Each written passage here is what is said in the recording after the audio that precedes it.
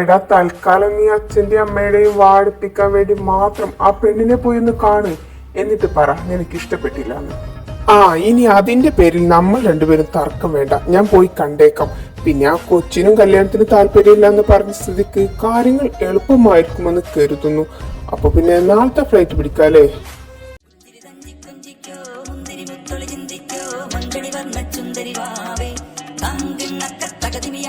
ചേട്ടൻ ഇവിടെ ഇരിക്കേ, ഞാൻ ചേച്ചിയെ വിളിച്ചു കൊണ്ടുവരാവേ. ചേച്ചി ഉണ്ടല്ലോ പശു പുല്ല് കണ്ട പോലെയാണ് ക്യാമറ കണ്ടാ പിന്നെ. അവളവിടെ ഫോട്ടോ എടുക്കുക, ഞാൻ വിളിച്ചു കൊണ്ടുവരാവേ.